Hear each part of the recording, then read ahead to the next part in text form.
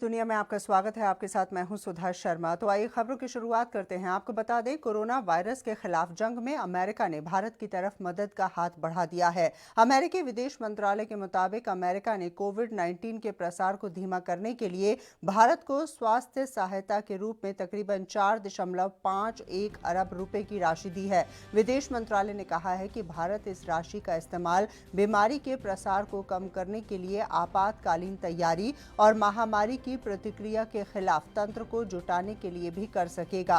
Corona virus से निपटने के लिए की गई कोशिशों का जिक्र करते हुए अमेरिका ने कहा है कि पिछले 20 सालों में अमेरिका ने भारत को तकरीबन 2.8 अरब डॉलर की सहायता दी है, जिसमें से 1.4 अरब से ज्यादा स्वास्थ्य सहायता के लिए दिए गए हैं।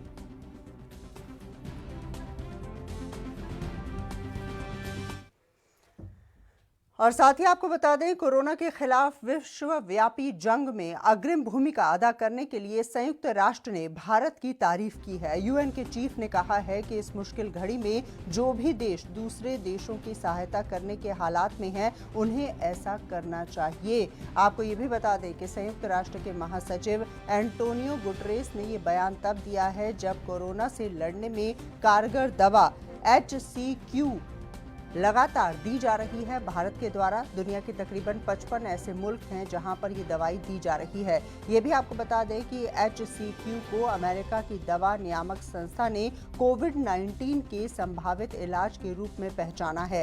इस दवा का न्यूयॉर्क में 1500 से ज्यादा कोरोना मरीजों पर परीक्षण किया गया है। भारत में इस दवा का इस्तेमाल मलेरिया के इलाज में किया जाता है।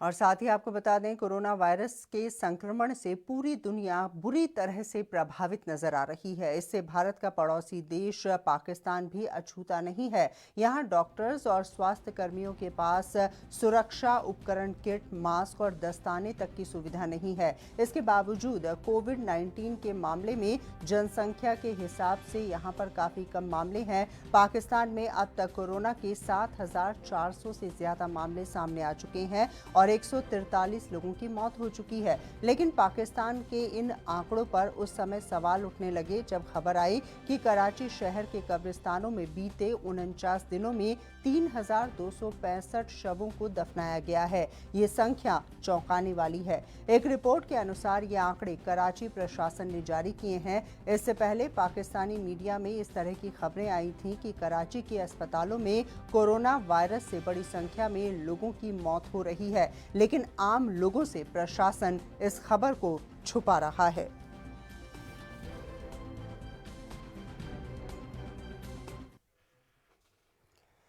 और एक तरफ जहां भारत समेत पूरा विश्व कोरोना महामारी के खिलाफ मोर्चा खोले हुए है, तो वहीं पाकिस्तान इस विषम परिस्थिति में भी कश्मीर का राग अलाप रहा है। अभी जहां पूरा विश्व कोरोना महामारी के खिलाफ जंग लड़ रहा है, तो वहीं दूसरी तरफ इन परिस्थितियों में कश्मीर का राग लगातार अलापा जा रहा है। आपको बता दें कि दरअसल कश्मीर के दौरे पर भारतीय सेना की तरफ से एक बयान दिया गया था, जिसको लेकर अब लगातार इस तरह के रिएक्शंस आ रहे हैं, जहां पर पाकिस्तान का ये कहना है कि भारत की तरफ से जो बयान दिए जा रहे हैं वो सही नहीं है। और इस बीच पाकिस्तान के विदेश मंत्रालय के प्रवक्ता आयशा फारूकी ने जनरल नरवणे के आरोपों को खारिज करते हुए इन्हें गलत बताया है।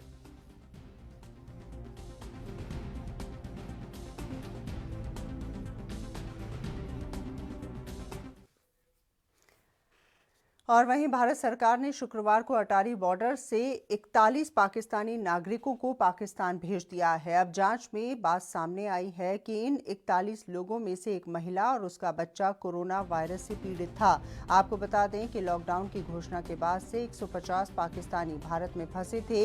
इनमें मुस्लिम, सिख और हिंदू शामिल थे। ये लोग धार्मिक यात्रा पर भारत पहुंचे थे। शुक्रवार को इनमें से 41 लोगों को अटारी बॉर्डर के जरिए पाकिस्तान भेजा गया। भारत में रहने के दौरान इनका कोरोना टेस्ट हुआ था। अब जांच में ये बात सामने आई है कि इनमें से एक मां और उसकी बच्ची को कोरोना वायरस था।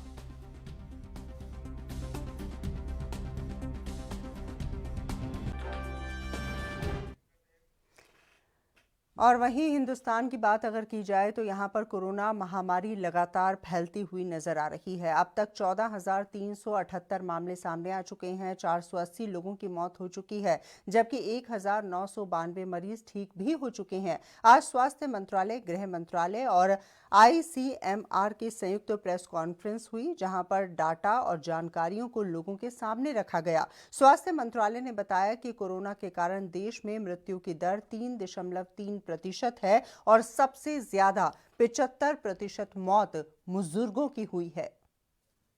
378 पॉजिटिव केसेस जो आए हैं उसमें से 4,291 लगभग 29.8% केसेस निजामुद्दीन मरकज क्लस्टर से सिंगल सोर्स से संबंधित पाए गए हैं, जिससे 23 स्टेट्स और यूनियन टेरिटरी से इससे रिलेटेड केसेस पाए गए।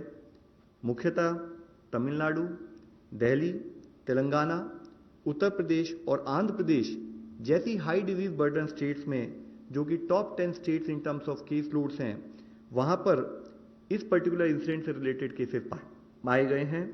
तमिलनाडु में 84% केसेस, दिल्ली में 63% केसेस, तेलंगाना में 79% केसेस, यूपी में 59% केसेस और आंध्र प्रदेश में 61% केसेस इस इवेंट से लिंक नोट किए गए हैं। इसके साथ ही मैं आप लोगों की दृष्टि में लाना चाहूंगा कि कुछ कम केसेस रिपोर्ट होने वाले राज्यों में भी इस इवेंट से रिलेटेड केसेस ने कंट्रीब्यूट किया, जैसे कि अरुणाचल प्रदेश में जो एक मामला आया है वह इस इवेंट से रिलेटेड है। 23 राज्यों में 47 जिलों में हमने एक पॉजिटिव ट्रेंड नोट किया है, जिसमें कि इससे पहले मैंने बताया कि माहे इन पुडुचेरी, उसके साथ साथ कोडगु इन कर्नाटका में भी पिछले 28 दिनों से एक पॉजिटिव केस नहीं आया है। ये वह डिस्ट्रिक्ट थे जहां पर इससे पहले पॉजिटिव केस आए थे। 23 जिलों में, 23 स्टेट्स में 45 अदर डिस्ट्रिक्ट है जहां पर भी पिछले 14 दिनों से कोई भी नया केस रिपोर्ट नहीं हुआ है। इससे पहले जिन जिलों के बारे में मैंने आपको बताया था, उन जिलों के अलावा 22 नए डिस्ट्रिक्ट्स, 12 स्टेट्स में ऐसे आए हैं जहां पर भी पिछले 14 दिनों से कोई केस रिपोर्ट नहीं हुआ है। मैं आप लोगों की दृष्टि में लाना चाहूंगा, इन जिलों में है बिहार से लखीसराय, गोपालगंज और भागलपुर, उदयपुर और धौलपुर राजस्थान से, पुलवामा जम्मू कश्मीर में, तोबल इन मणिपुर, चित्रदुर्गा कर्नाटका में, होशियारपुर पंजाब में, रोहतक और चरखी दादरी हरियाणा में, लोहित अरुणाचल प्रदेश में, भरदक पुरी उड़ीसा में, करीमगंज, गोलाघाट, कामरूप रूरल, नालबारी और साउथ सलमारा असम से, जलपाईगुड़ी और कलिम्पोंग वेस्ट बंगाल से, विशाखापट्टनम आंध्र प्रदेश से। तो आपने देखा किस तरह से यहाँ आंकड़े पेश कर दिए गए हैं। साथ ही अगर उत्तर प्रदेश की बात करें तो उत्तर प्रदेश के अपर मुख्य सचिव गृह अवनीश अवस्थी ने प्रेस कॉन्फ्रेंस की, जहां पर कोरोना वायरस से संबंधित जानकारियां जनता के साथ उन्होंने साझा की है। आप भी सुनिए। माननीय मुख्यमंत्री जी के मार्गदर्शन में कई जनपद कोरोना मुक्त ही हो रहे हैं। पीलीभीत हुआ, महाराजगंज हुआ, इसके बाद हाथरस हुआ, अब शाहजहांपुर भी कोरोना मुक्त होने की कगार पर आ गया है और बरेली और प्रयागराज भी 1-2 दिन में प्रयागराज डिस्चार्ज हो गया, तो प्रयागराज भी जो है, प्रयागराज जिले के अपने केसेस के कारण वो भी जो है कोरोना मुक्त हो गया है। और बरेली भी, वहां एकमात्र एक हॉटस्पॉट था, आज जिलाधिकारी ने वहां भी डिक्लेयर कर दिया है कि वो एकमात्र एक हॉटस्पॉट की अब आवश्यकता नहीं है, क्योंकि उनके जो केसेस हैं निर्धारित अवधि के बाद अब नेगेटिव आ जाए। तो पूरे प्रदेश के लिए ये खुशखबरी है कि जहां एक और जो है जिलाधिकारी, वहां के पुलिस के अधिकारी, स्वास्थ्य के अधिकारी, वहां के जो सफाई और पूरा सैनिटेशन कर रहे हैं, सभी अर्बन और रूरल बॉडीज के, पंचायती राज के, नगर निगम के, वो सभी लोग जुटे हुए हैं। सभी विभागों ने जहां एकजुट होकर माननीय मुख्यमंत्री जी के एक वर्क प्लान के अंतर्गत कार्य किया है, तो एक और से कई जिले जो है कोरोना मुक्त होते जा रहे हैं और वहां लोग भी सहयोग दे रहे हैं, जन सहयोग मिल रहा है, लोगों का सहयोग मिल रहा है और कहीं ना कहीं आपका और मीडिया का भी सहयोग मिल रहा है, जिस कारण से हमारा प्रदेश सक्सेसफुल हुआ है। और इस वक्त एक बड़ी खबर आ रही है पंजाब से। जी हां, आपको बता दें कि पंजाब के पटियाला से इस वक्त एक बड़ी खबर मिल पा रही है। कोविड-19 के 15 नए मामले यहां पर सामने आ चुके हैं। पटियाला से बड़ी खबर, कल कई घरों से लोगों के सैंपल्स लिए गए थे और इस वक्त जो बड़ी खबर मिल पा रही है वो ये है कि यहां पर 15 नए मामले आए हैं। कुल मिलाकर संख्या 26 तक पहुंच चुकी है। सीएमओ पटियाला हरीश मल्होत्रा ने इस बारे में जानकारी दे दी है। तो एक बार फिर से अपने तमाम दर्शकों के लिए बता दें, पंजाब के पटियाला से बड़ी खबर मिल पा रही है और खबर यह है कि कोविड-19 के 15 नए मामले यहां सामने आ चुके हैं और साथ ही कल कई घरों से लोगों के सैंपल्स यहां पर लिए गए थे जिनकी जांच की गई थी और कुल मरीजों की संख्या पटियाला में 26 हो चुकी है। और जैसा कि हमने आपको बताया कि सीएमओ पटियाला हरीश मल्होत्रा ने इस बात की पुष्टि कर दी है। कल कई घरों से लोगों के सैंपल्स इकट्ठा किए गए थे जिसके बाद इस तरह की जानकारी मिल पा रही है कि 15 नए मामले अब पटियाला में सामने आ चुके हैं। तो एक बार फिर से अपने तमाम दर्शकों के लिए बता दें कि इस तरह से आंकड़ा बढ़ता हुआ नजर आ रहा है। पंजाब में लगातार कोरोना पॉजिटिव्स की संख्या में इजाफा होता हुआ नजर आ रहा है। कुल मिलाकर संख्या राज्य में इस वक्त 219 बताई जा रही है। लेकिन इस बीच एक बड़ी खबर जैसा कि हम आप तक पहुंचा रहे हैं, 15 नए मामले यहां सामने आ चुके हैं। सिर्फ पटियाला की अगर बात की जाए और पटियाला में अब कोरोना संक्रमित मरीजों की संख्या का आंकड़ा 26 पर पहुंच चुका है। और इसी मुद्दे पर बातचीत करते हैं। फोन लाइन पर मौजूद हैं हमारे संवाददाता इंद्रपाल। इंद्रपाल, क्या अपडेट आपके पास? जी बिल्कुल, बहुत बड़ी अपडेट है पटियाला से कि पटियाला में आज टोटल जो है 15 केस एक ही दिन में पटियाला से सामने आए हैं, जिससे कि पूरे पटियाला शहर में एक का मौका जो है वो बढ़ता हुआ दे रहा है। एक ही दिन 15 केस आना अपने बहुत बड़ी बात है और लोगों में इसको लेकर बहुत सनसनी फैली हुई है। अभी जो है 5 व्यक्तियों की अभी और रिपोर्ट आनी है। अगर वो रिपोर्ट आती है तो आप सोच लीजिए, अगर वो भी पॉजिटिव निकलते हैं तो 31 केस पटियाला में टोटल जो है वो हो जाएंगे, जिनमें से एक व्यक्ति अभी तक ठीक हुआ है। बाकी अभी जो है आने वाला समय बताएगा कि इनमें से कितने व्यक्ति जो हैं जल्द से तंदुरुस्त होकर अपने अपने परिवार के पास वापस जाएंगे। अच्छा इंद्रपाल, ये बताइए, जो सैंपल्स कल लिए गए थे क्या ये एक ही कॉलोनी के लिए गए थे या एक ही जगह से लिए गए थे? इसके बारे में कोई जानकारी आपके पास? नहीं, मैं आपको बता दूं कि टोटल जो है सैंपल, ये 9 सैंपल जो लिए थे सभी पॉजिटिव आए हैं और 6 सैंपल जो हैं जो पॉजिटिव आए हैं वो राजपुरा से जो लेडी जो कोरोना पॉजिटिव पाई गई थी, जो बुजुर्ग माता है, 60 साल की एक बुजुर्ग महिला है, वो पॉजिटिव पाई गई थी के जो हैं वो लिए गए थे। तो वो मेंबर जो हैं वो कोरोना से पॉजिटिव पाई गई, यानी कि 6 मामले जो हैं वो टोटल राजपुरा से आए हैं और 9 मामले जो हैं वो पटियाला से हैं। ये एक तरह से हम कह सकते हैं कि फैमिली स्प्रेड है। ये जो है एक अच्छी, मतलब इसमें से एक सिर्फ एक अच्छी उम्मीद की बात हम ये बोल सकते हैं कि ये फैमिली स्प्रेड है और एक ही फैमिली में स्प्रेड हुए हैं सभी के सभी, अपना कम्युनिटी स्प्रेड नहीं है ये। परंतु फिर भी एक तरह से 15 मामले एक ही दिन में पटियाला से आना एक बहुत ही बड़ी और लोगों में दहशत फैला देने वाली न्यूज है। प्रशासन की तरफ से किस तरह के कदम यहाँ पर उठाए जा रहे हैं, क्योंकि काफी बड़ी पुष्टि हुई है, 15 मामले यहाँ निकलकर सामने आए हैं। प्रशासन की तरफ से क्या कुछ कदम उठाए जा रहे हैं फिलहाल? जी, प्रशासन ने जो है दोनों एरिया राजपुरा में भी और पटियाला में भी जो ये बॉक्स मार्केट वाली जो भी गली है जहाँ से जिस इलाके में से ये मरीज जो है वो पॉजिटिव पाए गए हैं, वो सभी को सील कर दिया है। वहाँ पे आने जाने की कोई मतलब किसी को व्यक्ति को भी इजाजत नहीं दी जा रही, ना ही कोई निकल सकता है वहां से और ना ही कोई उस पर एंट्री कर सकता है।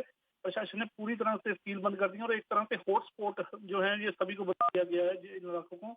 और प्रशासन शुक्रिया इंद्रपाल हमसे बातचीत करने के लिए। जैसा कि हमारे संवाददाता जानकारी पहुंचा रहे थे, किस तरह से 15 नए मामले पटियाला में कोविड-19 के सामने आ चुके हैं।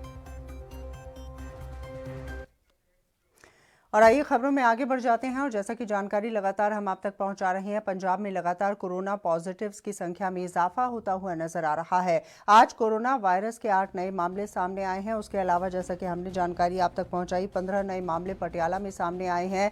यहाँ एक गुरदासपुर का मामला है, एक मोहाली का मामला है और 6 जालंधर से खबरें आई हैं कि वहां पर पॉजिटिव पाए गए हैं। राज्य में अब तक कोरोना वायरस के मामलों में लगातार इजाफा देखने को मिल रहा है। लगभग 172 सक्रिय मामले बताए जा रहे हैं। 31 मरीज ठीक हो चुके हैं, जबकि संक्रमण से 16 लोगों की जान जा चुकी है। और इसके बारे में लगातार अपडेट हम आप तक पहुंचाते रहेंगे। लगातार इजाफा होता हुआ यहां नजर आ रहा है पॉजिटिव मामलों का।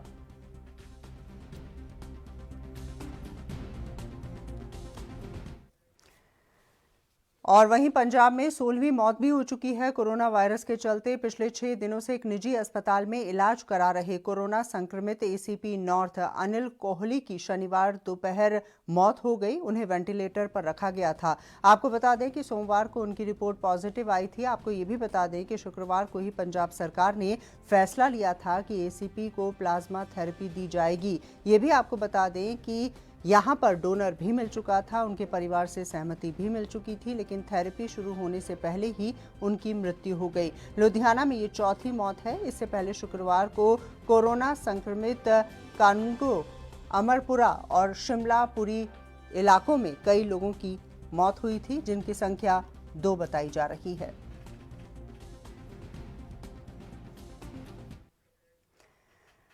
और खबरों में आगे बढ़ते हुए अब बात करते हैं केरल की। आपको बता दें केरल के कई हिस्सों में सोमवार से लॉकडाउन में ढील दी जाएगी। जी हां, इस तरह की जानकारी मिल पा रही है। इसके तहत यहां शाम 7 बजे तक रेस्टोरेंट खुले रहेंगे। वहीं गाड़ियों के लिए ऑड इवन स्कीम की तैयारी कर ली गई है। दरअसल सरकार ने केरल को धीरे धीरे लॉकडाउन से बाहर निकालने के लिए दिशा निर्देश जारी कर दिए हैं। इसमें राज्य को 4 क्षेत्रों में विभाजित किया गया है: रेड, ऑरेंज ए, ऑरेंज बी और ग्रीन जोन। ये भी आपको बता दें कि केरल बहुत हद तक इस ग्राफ को समतल करने में कामयाब रहा है।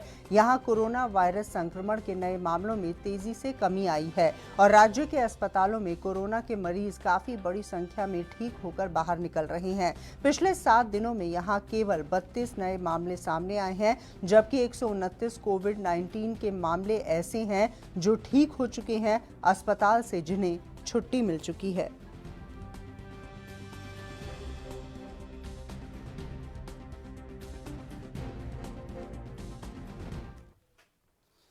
और केरल के बाद अब बात करते हैं महाराष्ट्र की। आपको बता दें कि महाराष्ट्र के पालघर में इस तरह की घटना आई है, जहां पर 237 लोगों को गिरफ्तार किया गया है, जो लॉकडाउन की परवाह किए बिना मॉर्निंग वॉक पर निकले हुए थे। जहां पूरा देश लॉकडाउन में है, वहीं इस बीच लोग बिना वजह घर से बाहर निकल रहे हैं। वहीं पालघर इलाके में ये लोग मॉर्निंग वॉक के लिए निकले थे, जिन्हें पुलिस ने धर दबोचा। उनके खिलाफ केस भी दर्ज हो चुका है। यह सही है कि मॉर्निंग वॉक करना स्वास्थ्य के लिए अच्छी बात है, लेकिन कोरोना काल में स्वास्थ्य के लिए मॉर्निंग वॉक करना मूर्खता है। तस्वीरें आप देख सकते हैं पालघर की, जहां पर पुलिस ने इन तमाम लोगों के खिलाफ मुकदमा दर्ज किया है। ये तमाम ऐसे लोग हैं जो कि मॉर्निंग वॉक के लिए निकले थे।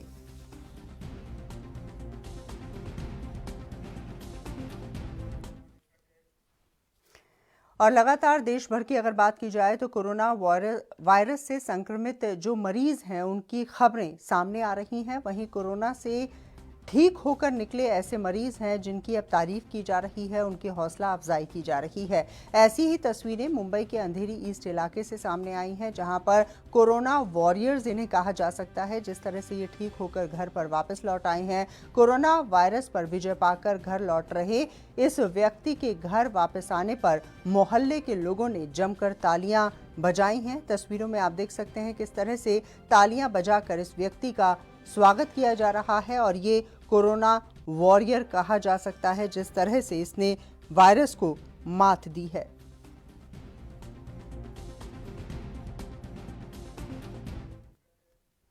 और वहीं मुंबई की अगर बात की जाए तो मुंबई के धारावी गोवंडी के स्लम इलाकों में कोरोना मरीजों की संख्या लगातार बढ़ती जा रही है, जिसमें मुंबई पुलिस के लिए स्लम को बचाना काफी बड़ी चुनौती बन चुकी है। मुंबई पुलिस लगातार स्लम इलाकों में बैनर और पोस्टर के जरिए लोगों को जागरूक कर रही है, घरों में रहने की अपील भी की जा रही है। वहीं मुंबई के अलग अलग स्लम इलाकों में लोग लॉकडाउन की धज्जियां उड़ाते हुए नजर आ रहे हैं। कैसे, आप भी देखिए।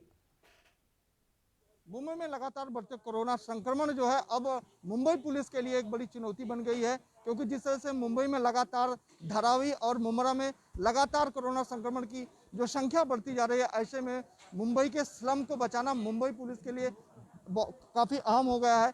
ऐसे में उपस्थित है मुंबई के पोजीशन इलाके में आप देख सकते हैं कि मुंबई पुलिस जब आती है तब लोग नहीं दिखते हैं, क्योंकि जैसे पुलिस की एंट्री होती है वैसे लोग अपने अपने घरों में भाग जाते हैं। और वहीं ये भी एक बैनर लगा के लोगों को दिखा रहे, मुंबई महानगर पालिका मुंबई पुलिस का एक बैनर है जिसमें साफ तौर पे लिखा है कि आप मुंबई पुलिस को भागिए नहीं, देखकर भागिए नहीं, क्योंकि आप अगर इस तरह से मुंबई पुलिस के साथ छलावा कर रहे हैं, इसका मतलब आप अपने परिवार के साथ छलावा कर रहे हैं। इस तरह से चीज़ें ध्यान में रखते हुए आप अपने घर पे रहिए, सुरक्षित रहिए। मुंबई पुलिस आपके लिए सदैव तत्पर है। ऐसे में मुंबई पुलिस को आला कमान अधिकारी भी हैं, उनसे भी जानकारी लेंगे कि किस तरह से मुंबई पुलिस को देखकर लोग जो है भाग जाया करते हैं और किस तरह से मुंबई पुलिस लगातार अपने काम को अंजाम दे रही है।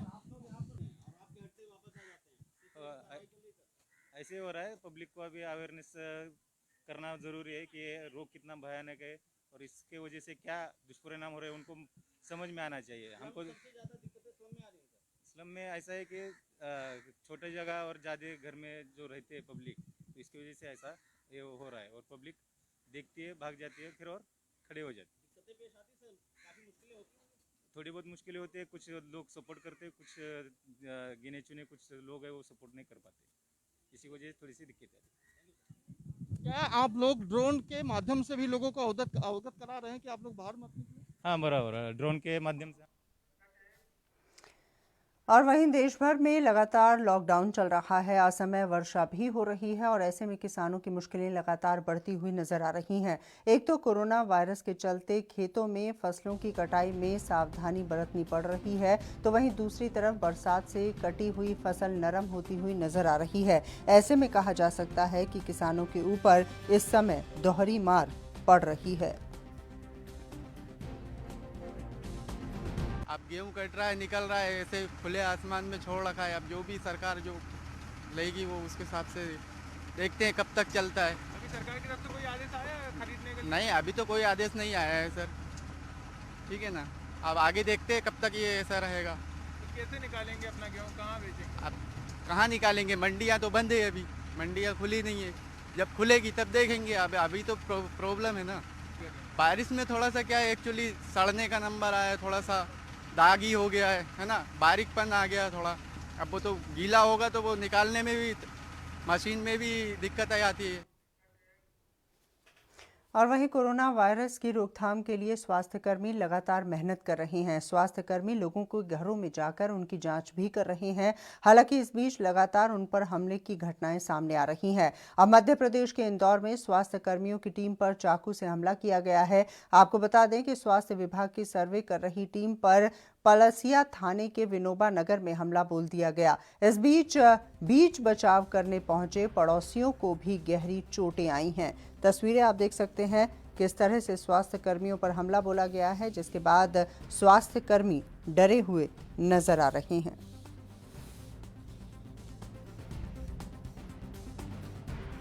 यहाँ पर हमारी टीम सर्वे कर रही थी। इसी दौरान जो है एक अपराधी है पारस नाम का, उसने हमारी टीम के ऊपर हमला किया और जो है उसी क्षेत्र के रहने वाले रेसिडेंट्स की कुछ लोगों पर चाकू से भी हमला किया। हमारी टीम पर पत्थर मारे हैं और उनको झापड़ भी मारे गए हैं।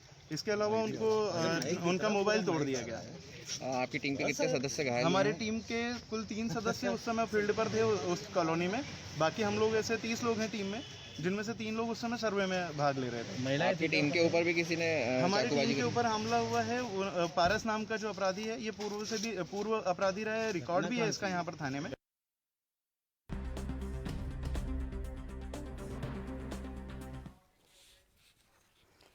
और अब बात करते हैं राजस्थान की। आपको बता दें कि राजस्थान के पाली में बगड़ी थाना इलाका है, जहां पर 4 दिनों से 3 प्रकरण दर्ज कर तकरीबन 100 लीटर अवैध हथकड़ी शराब बरामद कर दी गई है। भट्टियां तोड़ दी गई हैं। तस्वीरों में आप देख सकते हैं। दरअसल बगड़ी नगर पुलिस को सूचना मिली थी कि निचला लाखों का खेत नाले में हथकड़ी शराब की भट्टियां चल रही हैं, जिसकी सूचना मिलते ही पुलिस ने यहां पर छापा मारा और मौके पर 3 लोगों को गिरफ्तार किया गया। वहीं पुलिस ने इनका पीछा भी किया और घनी झाड़ियों में ये लगातार छुपने की कोशिश करते हुए नजर आए। लेकिन फिलहाल ये भी अपडेट मिल पा रहा है कि कुछ लोग ऐसे हैं जो फरार हो चुके हैं और इनकी पहचान भी कर ली गई है। इनके खिलाफ मामला दर्ज कर लिया गया है। लेकिन इस बीच भट्टियों को तोड़ा गया है। आप देखिए किस तरह से कार्रवाई यहाँ पर की गई है पुलिस के द्वारा, और भट्टियों को तोड़ दिया गया है। अवैध शराब का कारोबार यहाँ लगातार चल रहा था।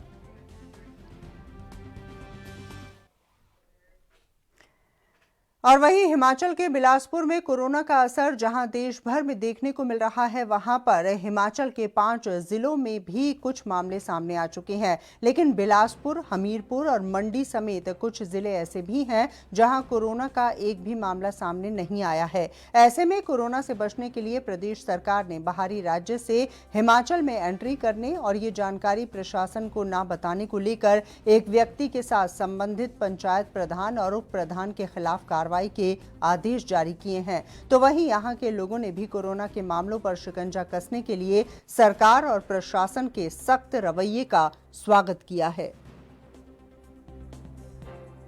देखिए, इसमें अगर कोई भी गांव में आजकल के समय में आ रहा है और राज्य के बाहर से या जिला के बाहर से आ रहा है, तो उसकी सूचना जो है मेडिकल अधिकारी, पुलिस हो गया या प्रशासन हो गया, इन तीनों को देनी आवश्यक है, ताकि जो कोरोना का संक्रमण है उससे गांव वालों को और उसके ही परिवार वालों को बचाया जा सके। और अगर कोई ऐसा नहीं करता है तो जो भी कानून के अनुसार कार्रवाई होगी वो प्रधान के खिलाफ या उप प्रधान के खिलाफ या दोनों के खिलाफ की जाएगी, अगर वो जानबूझकर जो है इस जानकारी को छुपाते हैं। सरकार इस चीज़ पर अगर काम कर रही है तो ये बहुत अच्छी बात है, क्योंकि अगर कोई बाहरी व्यक्ति आता है हमारे जगह, तो अगर वो अपने बारे में पूरा बताए कि मेरी डिटेल्स क्या है, मेडिकल हिस्ट्री अपनी बताए, तो कहीं ना कहीं प्रशासन को चीज़ें मैनेज करने में आसानी हो जाएगी। और अगर नहीं करता ऐसा है तो सबसे बड़ी जिम्मेदारी तो देखिए है ही कि ये बीमारी फैलेगी, प्लस ये कि प्रधान की फिर परेशानी और बढ़ेगी ही कि कितने मामलों को छुपाए और कितने मामलों को आगे लेकर आए। इसलिए अगर ये डिसीजन लिया है कि सब कुछ डिटेल्स देनी है, तो ये प्रशासन का बहुत अच्छा डिसीजन है और मेरे ख्याल से सबको इस चीज़ को मानना चाहिए बिना किसी बात को छुपाए। तो आई थिंक ये ठीक है, एग्री करते हैं हम सबकी, अच्छा डिसीजन लिया। और फिलहाल के लिए बस इतना ही, दीजिए इजाज़त, नमस्कार।